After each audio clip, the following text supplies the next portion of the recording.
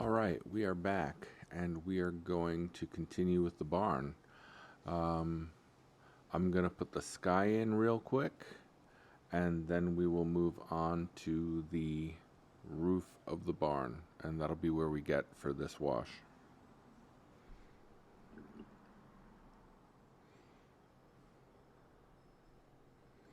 I'm going to start with some cobalt up at the top, and I have actually just mixed a little bit of teal into it just to tame it a little bit. And it's fairly dark up at the top, and I'll work my way down to lighter with water as I go.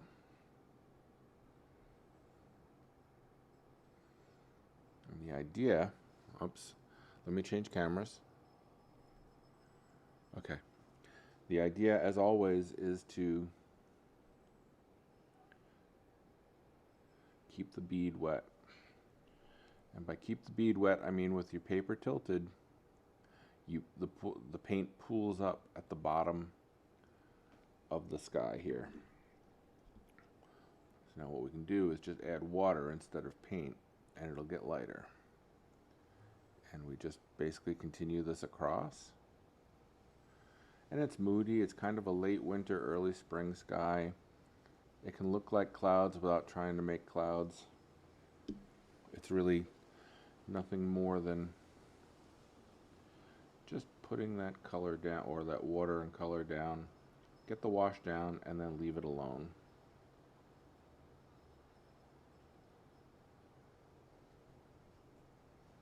I'm going to go around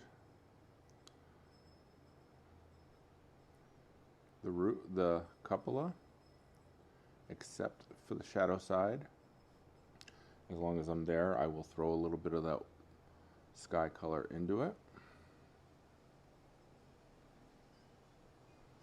And I'm going to bring this down, and I'm even going to bring it down around the telephone poles to start making that cooler mountain color. Okay. Now I need to pick up the roof, and it's that simple. We have a nice gradated wash down to the building and the mountain, lighter at the bottom. I'm gonna stop here for a minute because I'm gonna dry the sky, and then we'll start working on the roof of the barn. It's looking really good at this point. All right, I'm back. Things have progressed well. The wash is pretty dry, almost dry. I'm going to switch over so you can see it and talk you through putting on the roof. All right, we have our painting in front of us. By the way, so far I've only used a number 14 round brush. These are rosemary brushes that I picked up from Vlad Yelissiev's workshop. They stay really pointy. They're big. I can put a lot of wash down. I could even switch down to a smaller one at this point. I'm going to grab the 12. And we need to have some paint mixed up that's kind of blue, but I'm going to throw a little bit of a warm color into it too, because it's not perfectly blue and I want to have it separate from the sky. And then I need to have an orange mixed up, a rusty orange, so I'm going to have two colors for that. I'm going to have some cadmium red and some burnt sienna that I can grab when I do a little wet on wet. So let's start by laying in this roof, and it should be a little bit darker than the sky up at the top, but not that different a color. Go around the cupola like that, and dip a little bit of warm into our blue. We want to make that color move around a little bit. Never do you want your wash to be all one color if you can help it. And remember that we've exaggerated that roof line a little bit. That little sag, that hiccup, that hitch in its giddy up, as it were.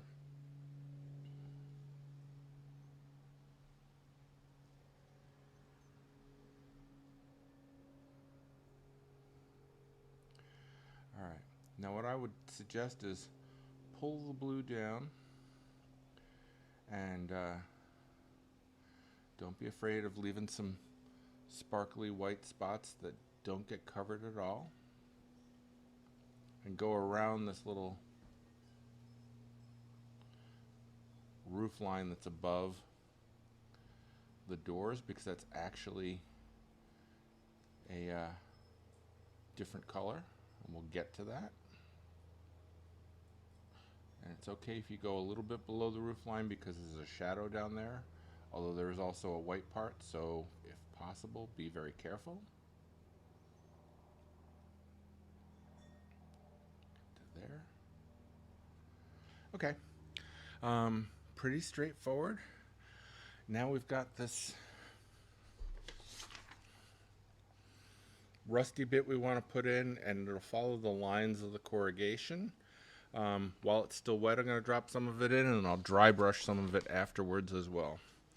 So while it's wet, let's get some of this going, and remember to not go all the way to the top.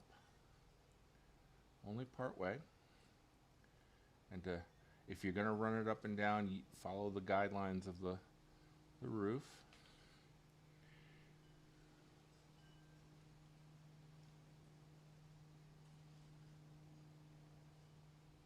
And I'm switching between that burnt sienna and that cadmium red to get a little variety.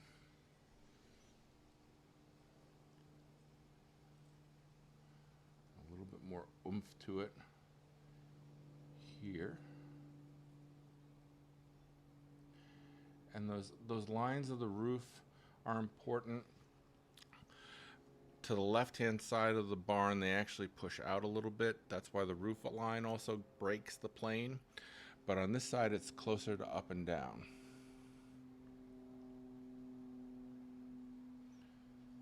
So here you go mostly up and down.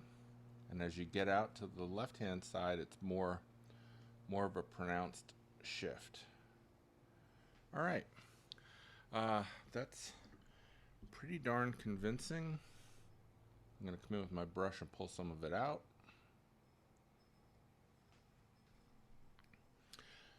It's all about having variety. There.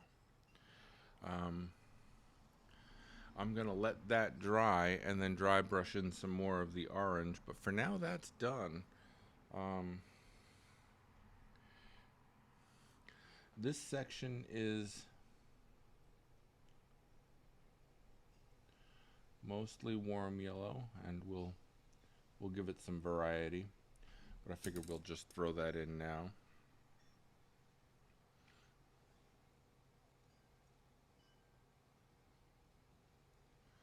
Something like that. And while we're here, we can mix up a little bit of a shadowy kind of color.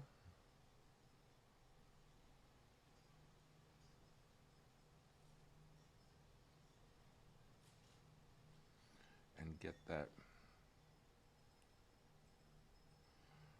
roof line that's on the back of the building.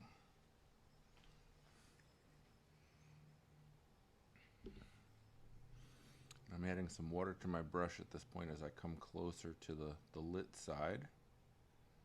And I'm pulling my brush down.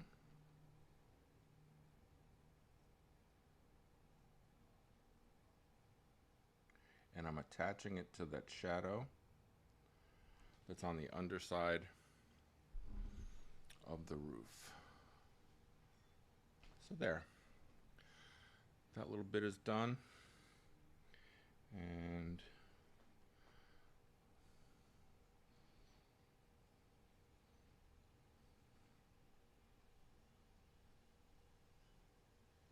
see what I mean about these brushes being nice and pointy. This is a 12. It's a pretty large brush, and I am able to get a pretty nice line there. I'm happy with that. And while I'm here, I'm going to put in those faraway hills. Maybe not this dark, but I wanted to start with something. And remember, I'm going around those telephone poles because with the darker behind them, the poles look light. It's only when they're against the sky that they look dark.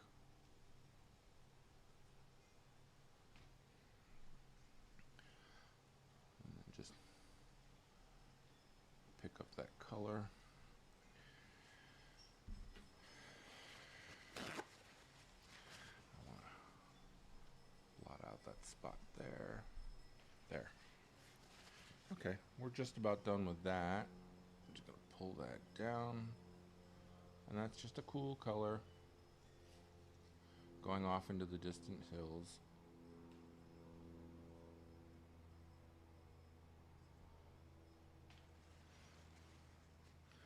And then after it pools, just pick it up with your brush. And that's probably the only statement we'll have to make about that. The road is cooler than the grass over there, so that might be something we do.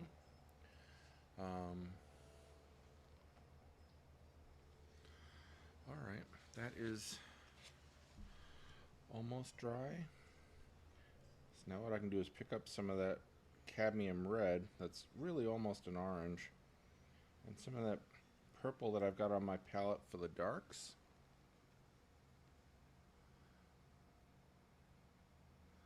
And just plop a little bit of that in there with spatters. And then I'm gonna, there. Don't have to do too much more than that. While I'm here, I'm gonna mix up a shadowy mixture and put in the shadow of the cupola on the roof, like that. And grab a little bit lighter color, and I can put in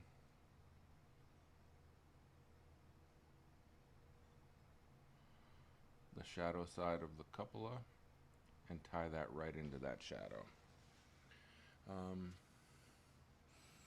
Okay, that's where we are for today. Tomorrow we're gonna finish the barn and the cupola and put in the details. So this will be done soon. Hope you're enjoying it. I know I am.